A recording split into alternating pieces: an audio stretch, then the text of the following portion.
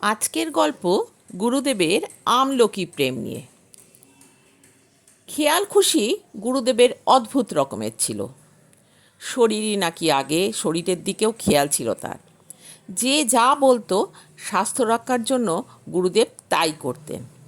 একবার কে বলল, রোজ রোজ আমলকি ছেঁচে খাওয়া খুব উপকারী। আশ্রমে আমলকি গাছ মেলা, তলায় তলায় ফলেরও ছড়াছড়ি। গুরুদেব হুকুম দিলেন রোজ তাকে আমলকি ছেঁচে দিতে হবে। কিছুদিন পর কলকাতায় আশ্রমের অভিনয়, গুরুদেবও যাবেন। সেবার তিনি অমনি গেলেন না, সঙ্গে নিলেন আমলকি। চাকরদের প্রধান কাজই দাঁড়ালো এত এত আমলকি ছেঁচা।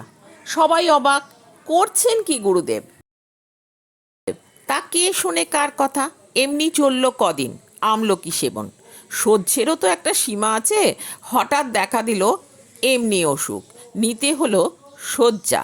তখন ডাকো ডাক্তার, আনো ওষুধ। একদিন নাটকে যাওয়া বন্ধ, গুরুদেব রেগে সারা, সে এক ব্যাপার। যাক, আমলকি কিন্তু বাতিল হয়ে গেল। কবির আরেকটা বাতিকও ছিল, বায়োকেমিকের। ওষুধ পরকেও বিলোতেন, নিজেও খেতেন। কিন্তু তার নিজের ক্ষেত্রে ওর ব্যবহার পদ্ধতিটাই ছিল দেখবার মতো। হাতের কাছে টেবিলের ওপর সাজানো থাকতো অষ্টপ্রহর শিশিগুলো। খানিকক্ষণ পরে পরেই বাঁ হাতে উপুর করে নিয়ে ডান হাতে তেলোয় ঠুকে মুখে পুরতেন। ওই শিশি থেকে 4-5টি গুটিকা। শারীরিক পটুতা, মস্তিষ্কের স্নায়ু সবলতা কতটা রক্ষিত হয় তিনিই জানতেন, কিন্তু উঠতে বসতে ওই বায়োকেমিকই ছিল তার বিশ্বাস ও অধ্যাবসায়। তবে মৃত্যুর 3-4 বছর আগেও স্বাস্থ্যের জন্য তিনি যত্ন নিতেন। কাঁচা স্যালাড, কাঁচা সর্ষের পাতা ইত্যাদি চিবিয়ে খেতেন ভাতের আগে। সেসব বাগান থেকে তক্ষুনি তোলা হতো, গোছা ধরে মূলসহ সাজানো থাকতো টেবিলে ডিশের পাশে।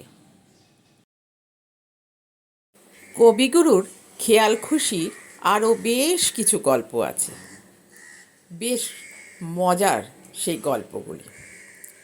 কিন্তু আজ এটুকুই থাক।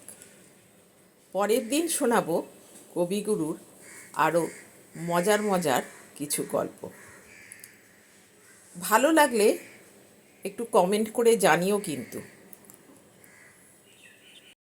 তোমাদের কমেন্ট পেলে আরও গল্প শোনাতে ভালো লাগবে।